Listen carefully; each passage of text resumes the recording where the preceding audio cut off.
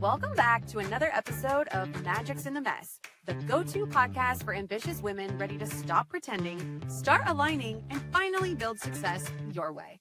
I'm your host, Danielle McKinley, speaker, business and wealth strategist, and your go-to problem-solving hype girl. Here, we'll help you unlock powerful mindset shifts, discover your magic, and bring your dream life into reality. Each week, I'll deliver raw stories, proven business strategies, and powerful transformations with industry leaders to activate the magic in you. So if you're ready to ditch the pressure, the performative BS, and the noise telling you who you should be, hit subscribe and let's make some magic.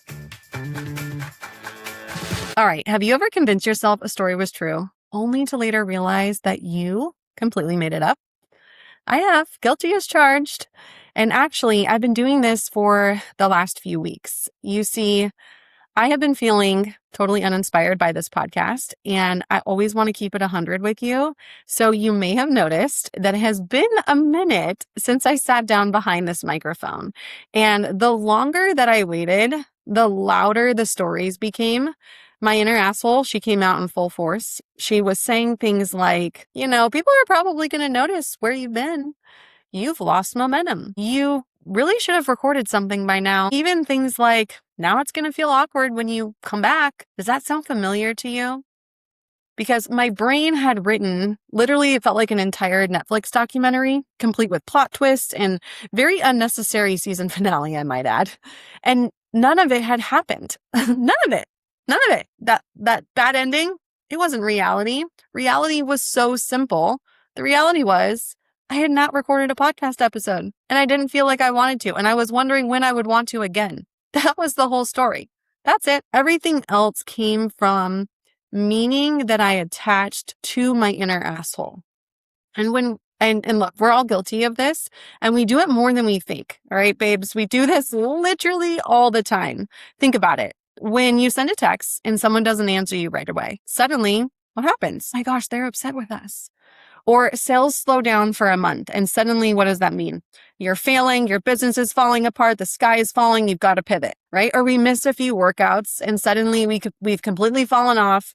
We have commitment issues and we have to start our entire life over on a Monday, right? And once these things happen, our minds, they rush into writing the other 97% of the chapters when really we only need the 1%. And that's exactly what I want to talk to you about today is the power of listening to the pause, the space that opens when you stop forcing the next move and the freedom that comes when you let a quiet season show you what it's here to teach you, a pause. All right. So first I want to say this. If you noticed that I had not released an episode in a while, thank you. It means more than you probably realize. And if you didn't notice, that's okay too. You have a life and I fully support that. But I want to say thank you for being here because I thought about coming back and pretending that there had been no gap, that I didn't take time off. And I also thought about giving you this polished explanation. Life's been busy. There's been travel and work and family and business and all the normal moving pieces that fill a life, my life, your life, all of us, right? And all of that is true. However, there was also a quieter truth underneath all of that. And the reality is I needed a beat. I needed space to get re-inspired. I needed to pay attention to the people that I love, to myself, to my body, to my health. I needed really to experience my own life without turning every moment into something that I should teach or post about or package or produce. And that part can be hard for people who create for a living. A good conversation becomes a podcast idea. A hard moment becomes a caption. A family memory becomes something that you feel pressure to capture before you've fully lived it. And listen, I love sharing my life and handing lessons to someone who may need it. And I also know that documenting everything can totally pull us out of the very life that we want to talk about, that we want to be living. So over the past few weeks, I noticed myself really choosing presence more often. I spent time with people that I love. I traveled. We went to our cabin in the mountains. I took long walks. I had hard conversations that stayed with me. I laughed so hard I cried. I watched my kids with that familiar reminder that time moves faster than we would like. And I let the moments belong to me before asking whether they could become something useful for everyone else. And somewhere in the middle of all that living, the inspiration started to come back quietly. It was naturally without me chasing it, right?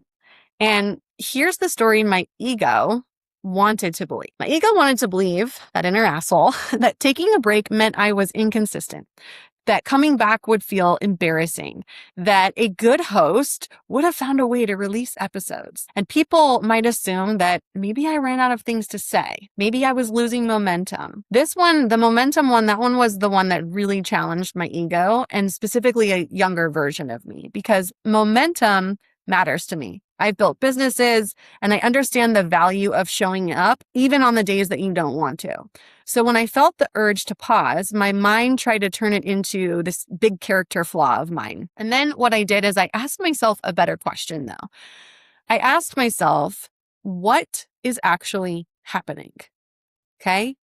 And had I not taken time away from recording, that was all I can honestly say. Like, I'd taken time away from recording, and the pause didn't erase the work that came before it. It didn't take away my voice or mean that I couldn't return. It definitely did not make me a bad host.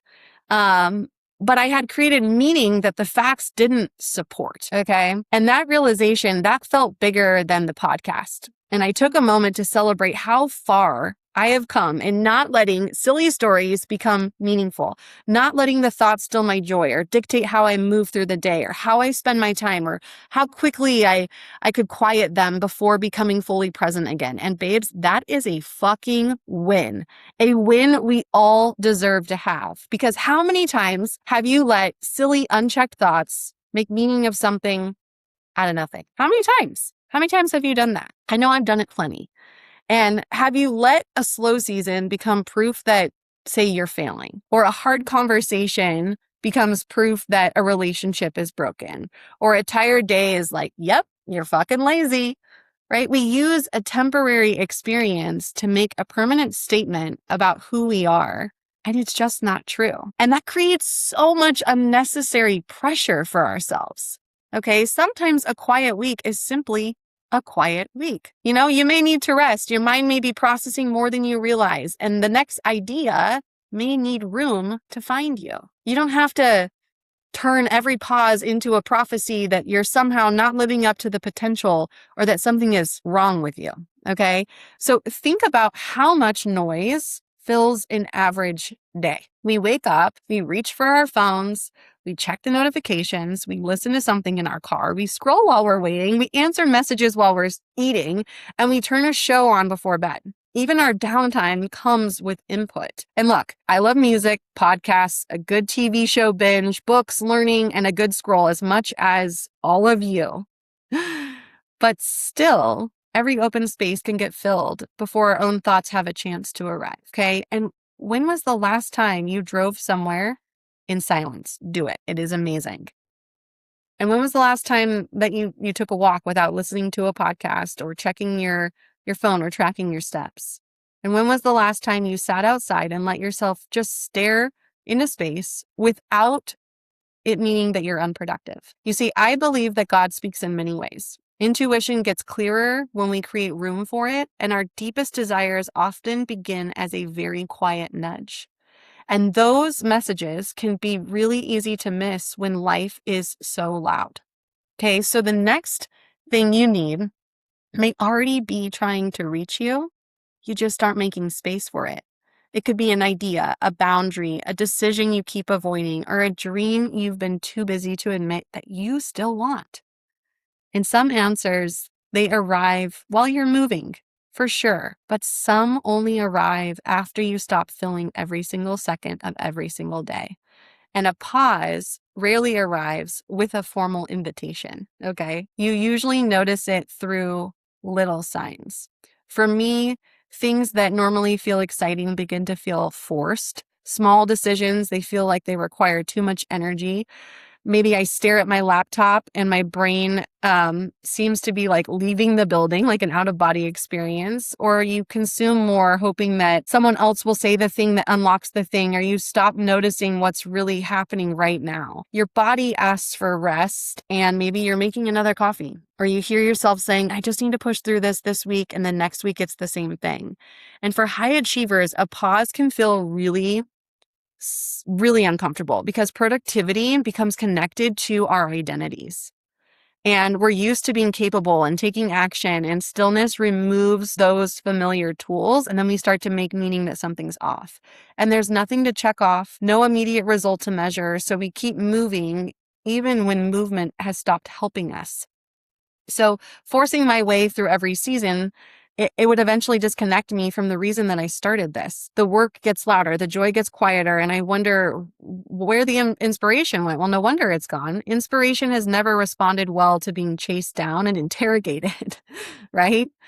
My best ideas rarely arrive while I stare at a blank document demanding my brain to perform. They show up on a walk, in the shower, in the car, during a conversation, or while I'm fully engaged in something unrelated to creating, playing with my kids, being with my husband. And there's a reason for that, my friend. Your mind needs space, and your life needs space too. And you need enough room for something to enter. So there's an honest question worth asking when you feel yourself pulling back. And this is what I did for myself. Am I listening to a pause, or am I hiding? And fear can look like waiting. Perfectionism can look like preparation, right? It's a mask. Avoidance can wear a very convincing self-care costume. These are all masks that we're wearing and telling ourselves we're doing good. And I've experienced all of those. I've delayed because I feared judgment. I've asked for more clarity while secretly hoping clarity would remove every ounce of the risk or the work that I was procrastinating. And I've kept planning because the first step, felt uncomfortable, right? So I just kept planning and planning and planning. And that energy, it feels different in your body. And when you take a pause to get to know it, you'll see that hiding usually feels tight. A loop of fear runs underneath it, and you keep negotiating with yourself. But a healthy pause, that feels spacious. Something begins to settle, your attention returns to the present, ideas appear without forcing them, and you feel more connected to your heart, to your purpose, to your why. And the reason will be personal, and it requires you to be honest with yourself. So ask yourself, what are you protecting? Whether the space is restoring you and whether you're becoming clearer or more afraid. And then listen without the answer, without judgment.